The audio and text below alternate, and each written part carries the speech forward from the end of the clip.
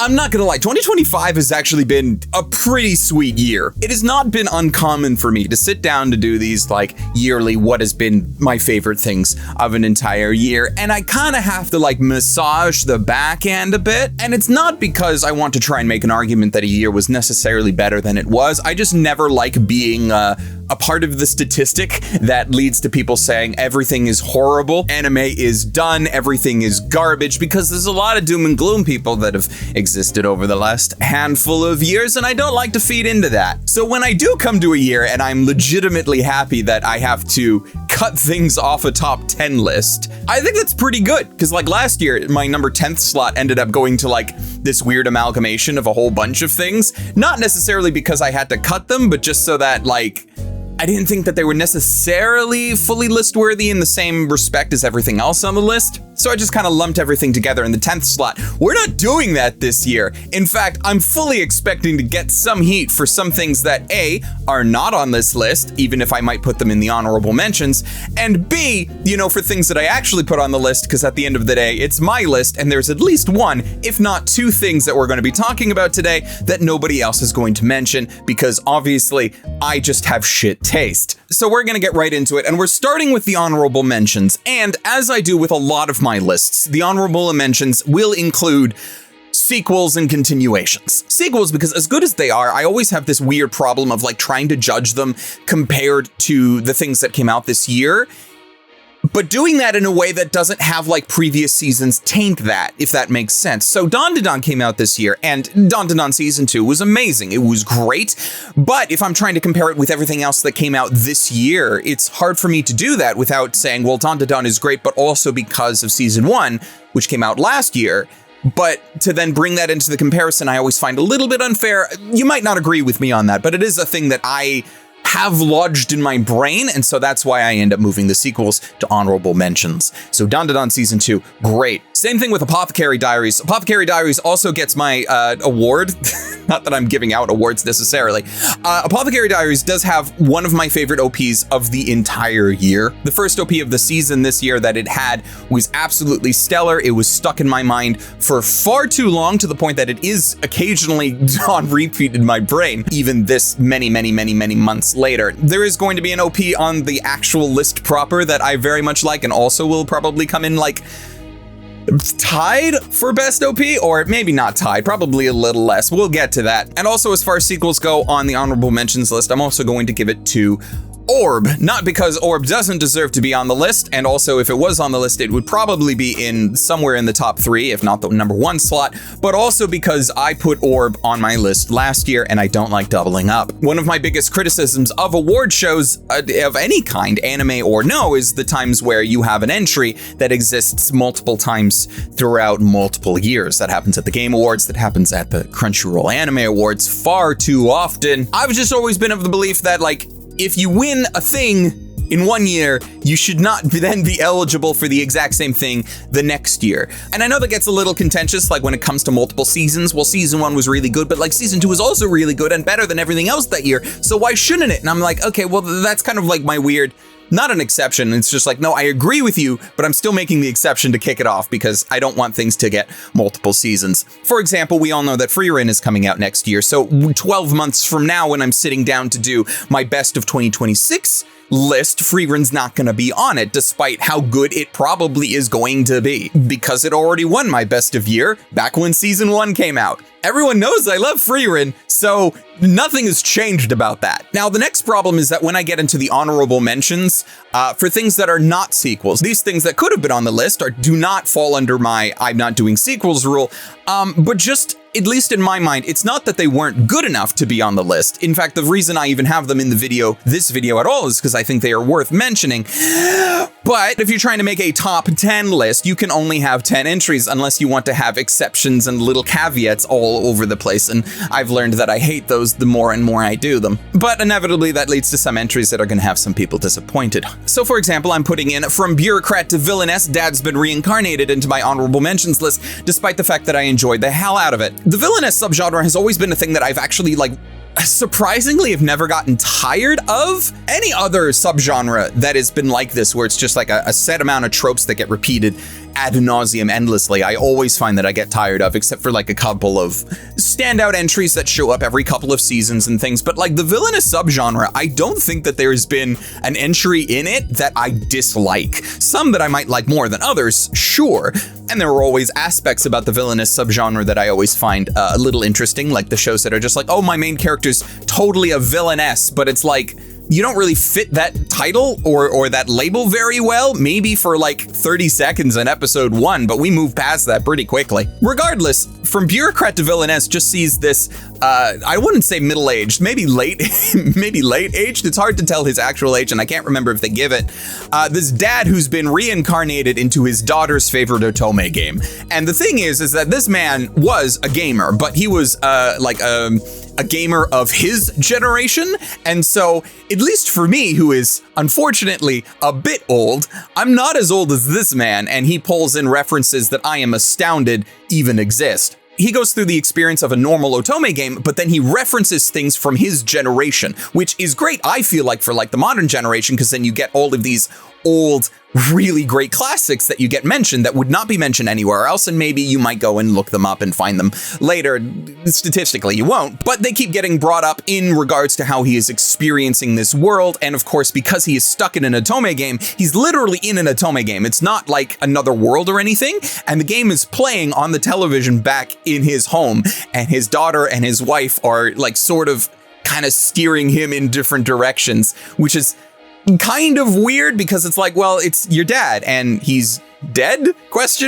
But it's a really fun series and I enjoyed it a lot. Then you have like entries for the honorable mentions list that, well, one I feel like I can very easily justify, and then one I can't. Or at the very least, my justifications won't be accepted, I'm sure. So Rock is a Lady's Modesty is one that I enjoyed very, very much. You have this girl that comes from like a more commoner heritage in this world of necessarily nobility. I'm using these terms and it makes it seem like it's a fantasy series. It's not, it's modern day. But you have this girl who's been flung into the world of high society and she has to basically act like a student council president. She has to be the best, she has to be perfect, because that is what her family expects of her, despite the fact that her and her mom were essentially adopted by this family. Her mom remarried into this new family, and her father, I think, is dead, and her dad taught her how to play rock music on a guitar. But you know, rock music and a guitar isn't really what you do in women's high society. And so, especially with the first half of this series, you have a main character who is constantly fighting with, well, I have these expectations from the family, but I really love rocking out though. And she ends up running into another high society lady that is also in the runnings for like the best and most prim and proper girl at their school.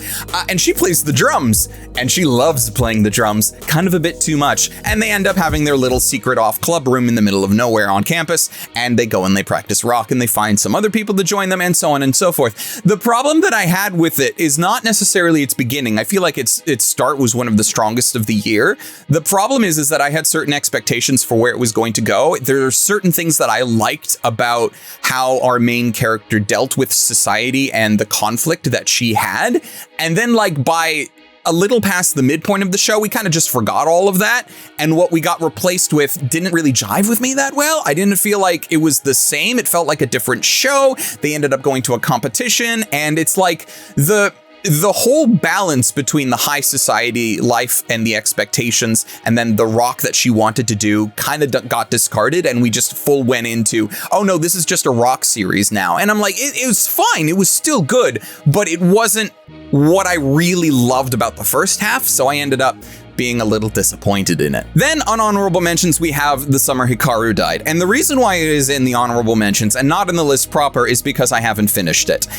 That's not to say that should I finish it, it would be in the top 10. But mostly that's because of, this is a weird series wherein I can acknowledge how good it is, because it is really good. I can't point to anything and say that something is bad about it.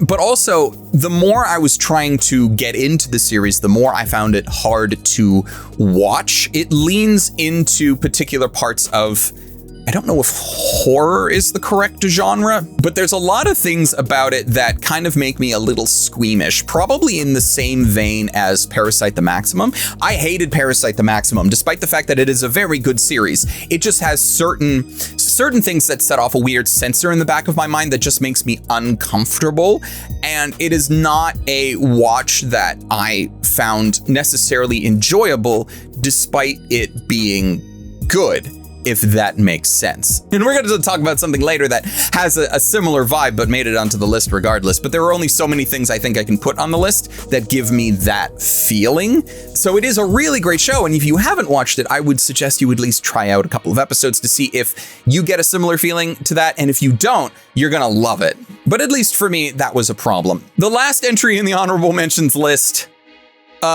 is gonna be contentious, at least for one person I know, and that is Apocalypse Hotel. Now, I have an entire video on Apocalypse Hotel and some of the problems that I had with it, and in discussing it with people that really like Apocalypse Hotel, they don't see the same problems that I do. It's not problems to them, and it's very interesting to me having those discussions, because it's like, well, these are things that matter to me and things that I had issues with. And if it doesn't bother you, then great. But at least for me, I'm not willing to put aside problems that I have with a show just because I know that other people don't have those problems. It is still a thing that I have. It is still issues that I have with it. And despite it being an amazing series, and I still heavily recommend Apocalypse Hotel, I enjoyed a large part of it. There was just parts of it that stopped it from becoming like best of all time for me, best of year even for me. And so I front load all of that because I know, and as I said at the very start of this video, there's going to be things in my top 10 list that people aren't going to agree with. And I'm sure somebody's going to get in the comments and say, why the hell did you put this in your top 10, but Apocalypse Hotel only got an honorable mentions? What the hell is wrong with you? You are just incorrect. Except to that person, I say, you forgot that this is my list, which means none of it is incorrect. You are. And so with that, spending a not insignificant time on just honorable mentions, we can get into the top 10 proper with number 10. Ruri Rocks! This is a series that, honestly, I think I started because its animation is spectacular. This is from the same animation studio that does Mushoku Tensei, except instead of doing one of the most famous and influential isekai shows of all time that's very fantasy and magic coded, this is about a bunch of women who go into geology and rocks and mineralogy, and they like digging up rocks, and they like finding rock formations and pretty stones. And yes, also their body proportions are a mix between extremely generous and the complete opposite of that. But the high energy of the main cast kept me coming back every week. I always enjoy a series that can take a topic that I literally have zero interest in and still make it engaging enough for me to want to come back next week. I don't care about rocks and mineralogy.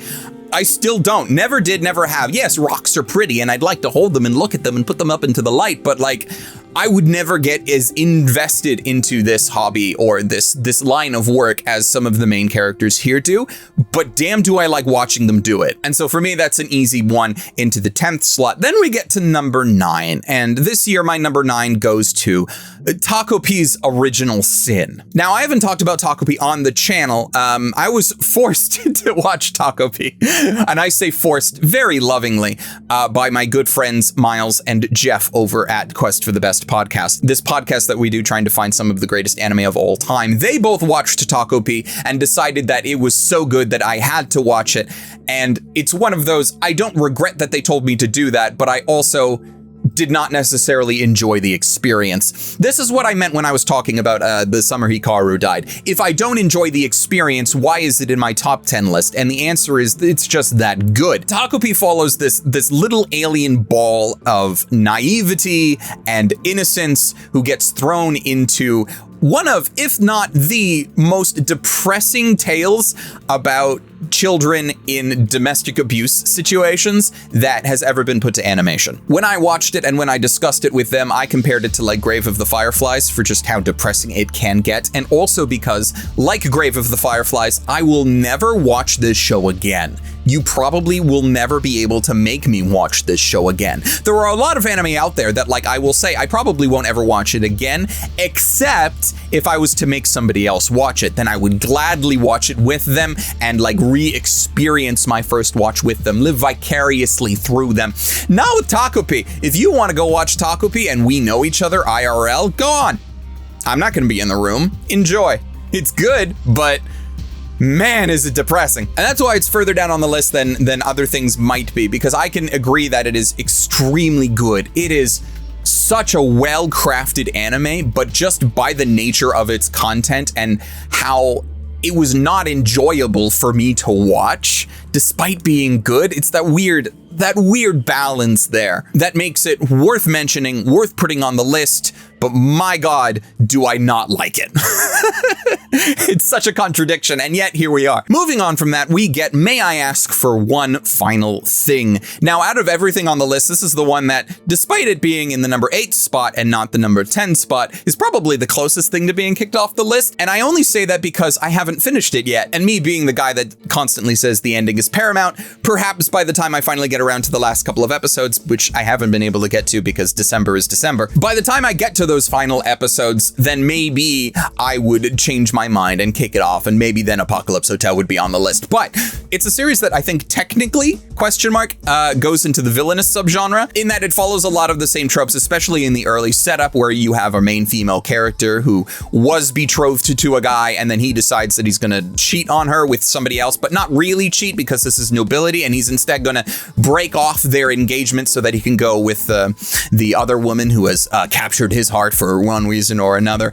The thing is that our main character is not the one who will just take things lightly. In fact, she bottles things up extremely, and at the start of this series shows that the way to deal with that bottled up feelings is to just let it all go by putting on some gloves and beating the shit out of people. And it is very cathartic from that mentality. The only thing that would be the downer to it is if it doesn't end well, or it ends in a way that's like, oh, but there will be more. Because I can see, like, past this one season, this particular trope just getting a little tired. As much as I enjoy our main character beating the shit out of people, especially people who deserve it, there are other times where I feel like it could get old, if not for any other reason than sometimes the characters just go out of their way to say things and do things that just make you want to punch them. It's like they're preempting and justifying why they need to get beat up beforehand, to the point where I'm like, did you really need to say all of that out loud? I don't think that would make sense for you in this world and universe to say that out loud, if for no other reason than to bait the main character into punching you in the face. It's still entertaining when it happens, but there's still that little voice in my back of my head that's just like, I don't know if this is like 24 episode worthy. Definitely 13. I enjoyed it a lot. I'm enjoying it a lot, and it is worth a spot here on the list. But that's why it's here and probably not further up. Number 7 is a personal choice of mine. It is what is here on the list when I say that nobody else is going to agree with me, and that's Catcher in the Ballpark. Catcher in the Ballpark is not a series I think I can sell most people on because there's not a lot to it, and yet there is so much in it. Catcher in the Ballpark is not a series about a particular set of characters. It is more about a location, that being a very specific baseball stadium that ostensibly is in Tokyo and is based on a real stadium, but also, you know, for legal reasons,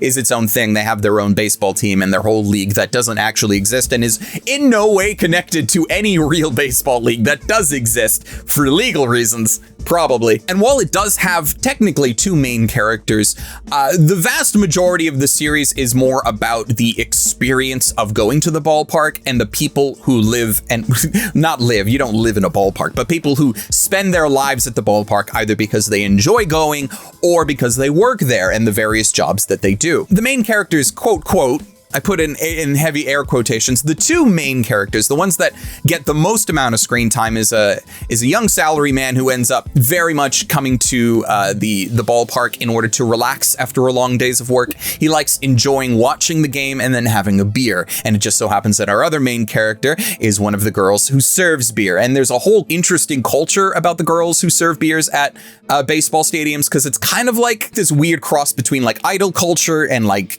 cafe culture within Japan, and in like how you have serving girls and things like that. And it's very interesting to see it from this perspective. Little romance blooms there, but then also like we spend time with so many other characters. We spend a little bit of time with the actual players, but we spend more time with the people who work there, from security guards to the girl who serves food at the food counter to the woman who does the announcing on the PA at every game. We learn all about these characters, and the slice of life aspect from this is just pristine and I love it. And it saddened me when I finished the show and there wasn't an immediate greenlit for a second season because I want to see more about this world. I enjoyed it every single week. I can't convince people to watch it. That's the problem I have with slice of life shows. It's like you either like it or you don't, and I know too many people that just don't. I love it. I enjoyed it. I very much wanted it to put it higher up on the list just because I can, but also the rest of the list exists. Which brings us to number 6, which for a very long time was very much higher in the list, but it wasn't brought down because of something it did. It was brought down by the fact that everything else exists. And that's Anne Shirley. I will admit that I do have a bit of a Canadian bias towards the story about a young Canadian girl in a Canadian province, because Anne Shirley in Anne of Green Gables is very much a Prince Edward Island icon, but also Japan really likes Anne of Green Gables to a surprising degree. And I went into this adaptation a little worried because, if you didn't know, there was a very famous adaptation of Anne of Green Gables that happened way back in the day by some of the Studio Ghibli founders. And that's not necessarily a comparison you want to have, but I think that with the advent of time and changes in production quality and styles, that this adaptation does a lot.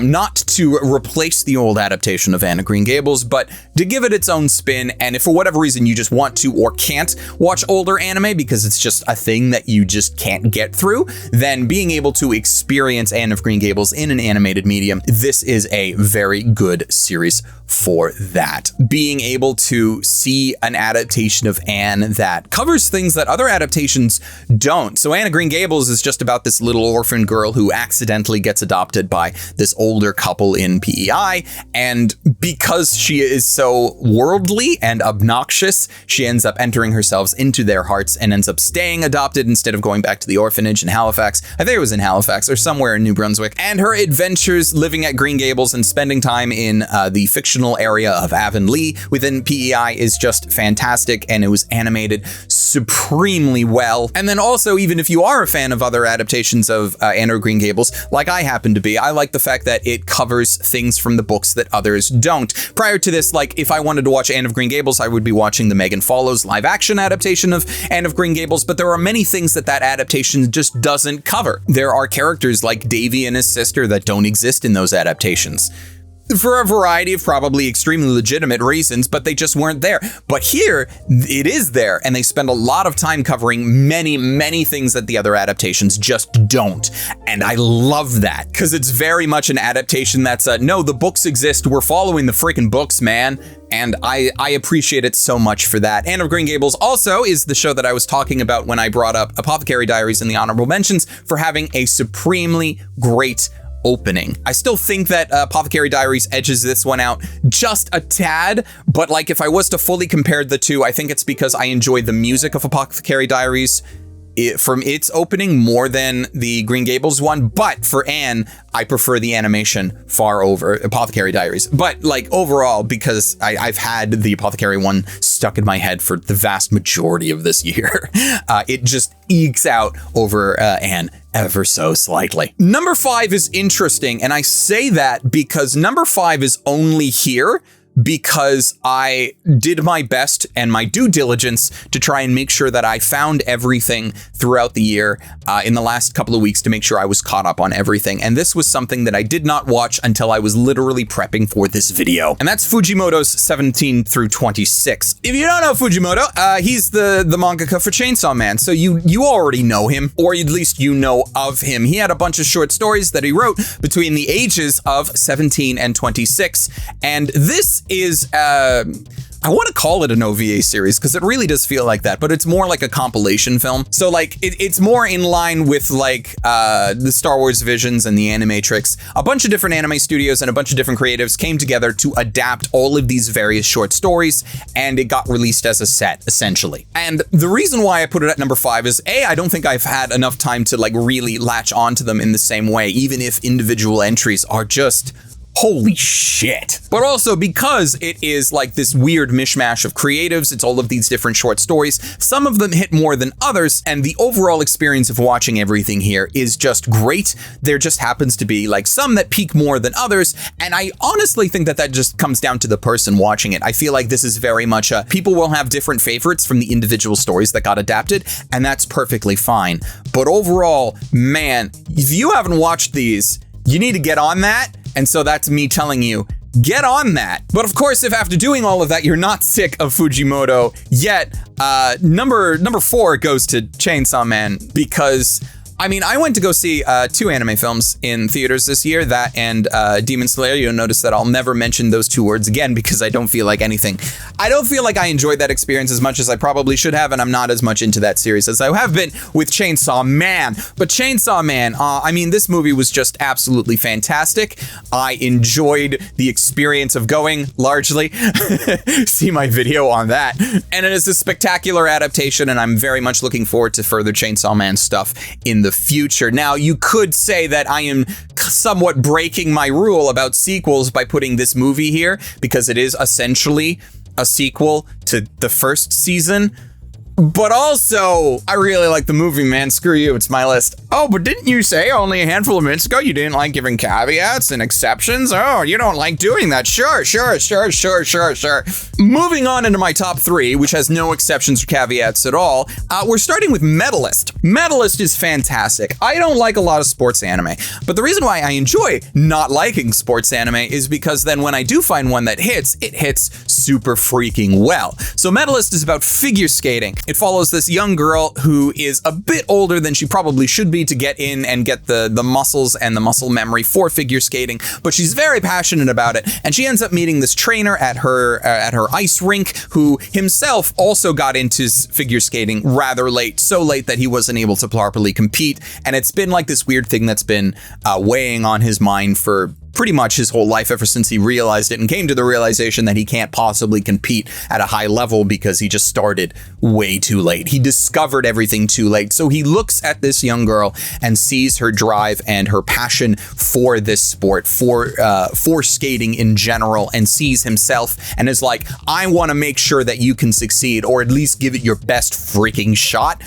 And this whole show is about them trying to do that. Now, the only problem I have with season 1 of Medalist is that it's not a self-contained story, and I kind of wish it was, if for no other reason than I worry about further seasons. Like, we did briefly talk about Medalist season 2 because that's going to be coming out next year, and I brought it up in my last video.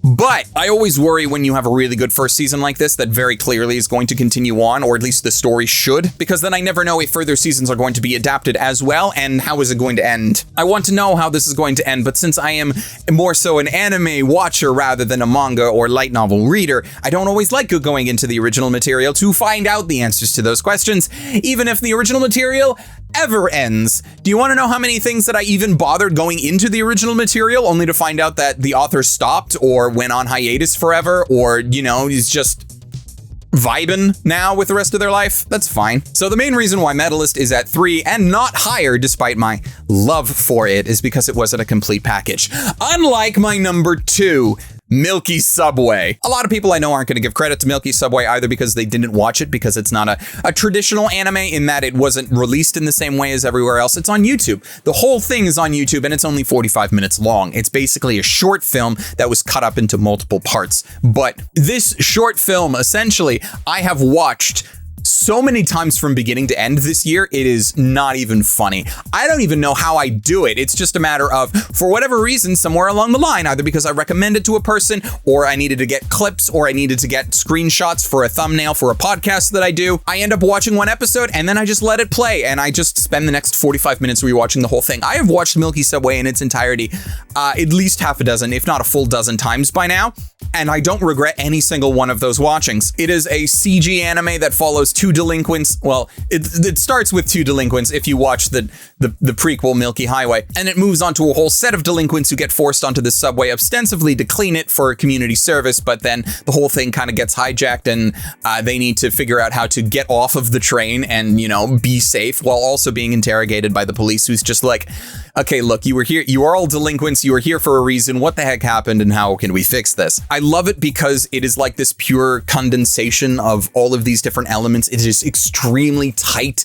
and well written because it is just so short and they make the most out of every second to a point that I did not see at least anywhere else in this year to the same degree. And it was just absolutely fantastic. And if you haven't watched Milky Subway, you obviously didn't see my video trying to gush about it and you should go do that, but go watch it. It takes you 45 minutes and chances are, I don't know how long this video is going to be because I've already been ranting for who knows how long and will continue to rant for my number one in the end of the video a bit. So it probably won't be 45 minutes, but hell, if you clicked on it and you're listening to me say these words, that means you can at least commit to something for that long. So go and do that, which then brings to my number one. And if you know me and you know my tastes and you know things that either I've mentioned on the podcast or I've mentioned in other places, you should already know what my number one kind of is, in that I've gotten really into this and I probably shouldn't have, but I did it anyway. And that is Uma Musume Cinderella Grey. I got so much into Uma Musume this year. It is actually ridiculous. It's also weird too because I didn't start it off that way. I didn't watch Cinderella Grey until its first season was mostly over because I was already kind of tainted by the original series, the original release of Pretty Derby that came out in 2016. Season 1 of Pretty Derby isn't great. I don't like it. And I mean, I made my video about Special Week and I still stand by the majority of that. No, I take that back. I stand by all of it. Season 1 of Pretty Derby wasn't great. So much so that like, there's a panel that I did at Anime North and we even recorded it and it's up for bonus content on the podcasting channel, where we were going over things that came out in that season, anime of that season that were like really, really good. And Miles comes out with Uma Musume, Cinderella Grey. And I remember sitting there on that panel and thinking, all right, maybe it's gotten better since 2016, but I mean, I wasn't all that impressed with the franchise back then. Maybe it's gotten slightly better. Okay, maybe I'll check out an episode or what have you. Cut to, I have now watched all of the seasons of Uma Musume. I have watched all of Cinderella Grey. I've watched all of the movies and side content. I played the game that's now come out on Global. I have trained so many Umas. I've gotten platinum in at least one champions meeting, a feat that I don't think I will ever be able to recreate because my God, that grind is terrible. And Cinderella Grey is my number one for the year. I really also do want to give shout outs to Beginning of a New Era, which when I first kind of constructed this list, I was just like, no, my 1 and 2 slot are going to go to Cinderella Grey and Beginning of a New Era respectively, until I really thought about it and I'm like, okay, but I can't really justify putting Beginning of a New Era in my best anime of 2025 list because technically it came out in 2024 and it didn't even have a North American release so that I could like justify it and be like, oh, well, but it came out in North America this year, so that counts. It didn't come out in North America this year, so I can't count that. But besides the point, I even sat down and seriously tried to think about it, and no, I would put Cinderella Grey above Beginning of a New Era. Beginning of a New Era is a fantastic film and is definitely the best film that I have watched this year, even more so than Chainsaw Man. I loved Chainsaw Man, but Beginning of a New Era was just so much of a better film, personally. And then you get into Cinderella Grey, and the reason why I think I like Cinderella Grey more than Beginning of a New Era, Beginning of a New Era had better animation. I mean, it's a film, and they went super hard with it, but Cinderella Grey does not necessarily go less hard.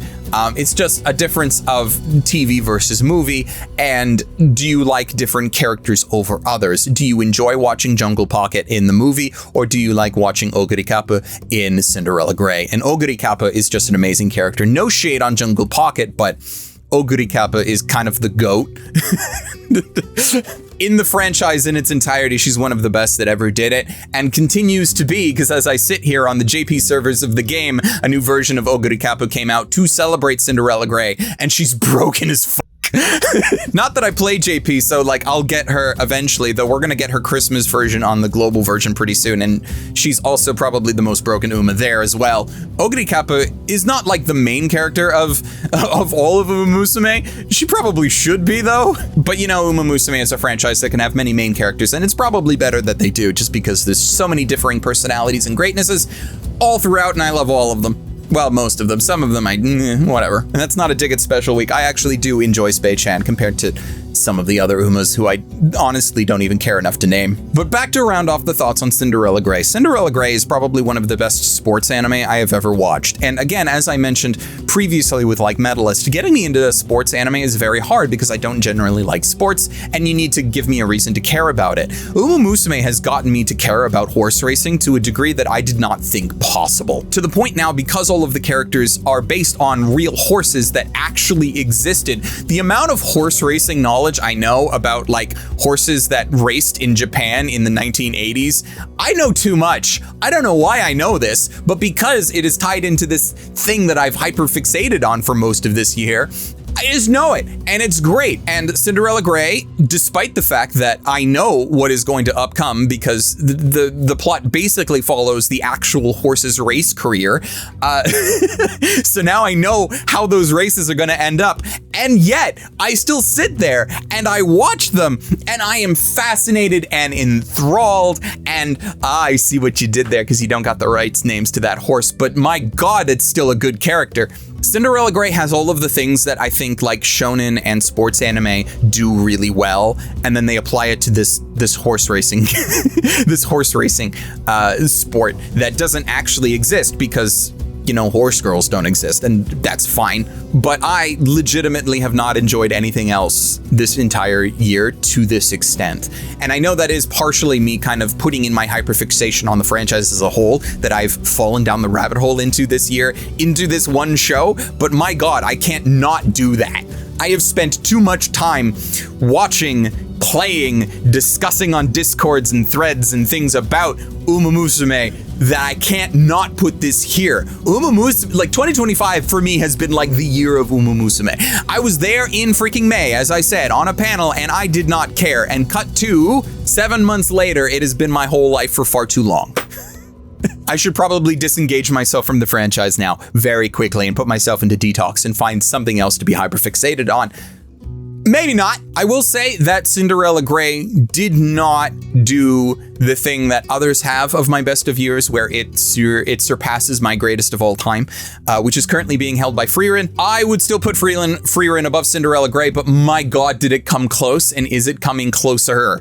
I mean, if Frieren ends up dropping off in seasons 2, 3, and beyond, and Cinderella Grey just keeps going until its inevitable conclusion, because technically the horse's real life story has finished, and so its manga adaptation of the Uma version of it will eventually end, and then they will adapt it, and then it'll have a nice finite ending to it. And perhaps at that point and that moment, I will say that it surpasses Frieren. But at this exact moment, it's not there, but my God, is it close. I mean, I say that, but Cinderella Grey I don't think actually has breached the top 10 of my favorite anime of all time, but it's right there. It's like right there. And so for everything that has come out in the year of 2025, my God, this has been a good year. And I say that so honestly, so much more than other years where I'm just like, it's been a pretty good year. I mean, yeah, no, it's been a great year. It's been a year where I've actually felt confident enough that everything is really good and I don't feel bad about putting it in a ranked format. There were so many years where I didn't do that, where I was just like, no, I'll have them all unranked except for my number one. No, this year we're ranking them and I don't care if people disagree. You're going to. That's fine. Make your list. And with that, we close off 2025. A wondrous year for anime, and with any luck, nothing compared to what we could have going forward. 2026 already looks like to be a pretty stacked year in just sequels alone, and I know I don't like judging years based on their sequels, but if the sequels are anything to go by, next year's has a pretty good start, and with luck, we will have a whole bunch of new and original anime coming out that'll make 2026 even better. But it has big shoes to fill because 2025 was really, really good. Thank you for watching this video. Thank you for helping support the channel. If you happen to be one of the people that are helping support the channel over on my Patreon, your names have been scrolling here because you guys are supremely awesome, but also even more supremely awesome are people like Hector, Montemayor, Aiden, City Yamako, Rifen Bonaparte, Omar Showman, and Ross Emerson for helping just that much more. I love you guys so much. Thank you for helping the channel. Thank you for allowing me to continue to do what I do and watch all of these anime and rank them and bitch about some of them, and just in general have a good time. And I hope you guys are having a good time too. And I hope that there has been something either on this list or in a video that I've created this year that has led you to a new favorite. Because that's what I would really like to do. That's the kind of thing that I would like to hear. And if you have any of those stories, feel free to drop them in the comments. I love reading them. But also with any luck, I've also given you a list of things that you need to watch now if you haven't already. And with any luck, you'll actually enjoy them. So until next time, whenever that may happen to be, at the end of this year or at the start of next year, watch more anime and stay frosty.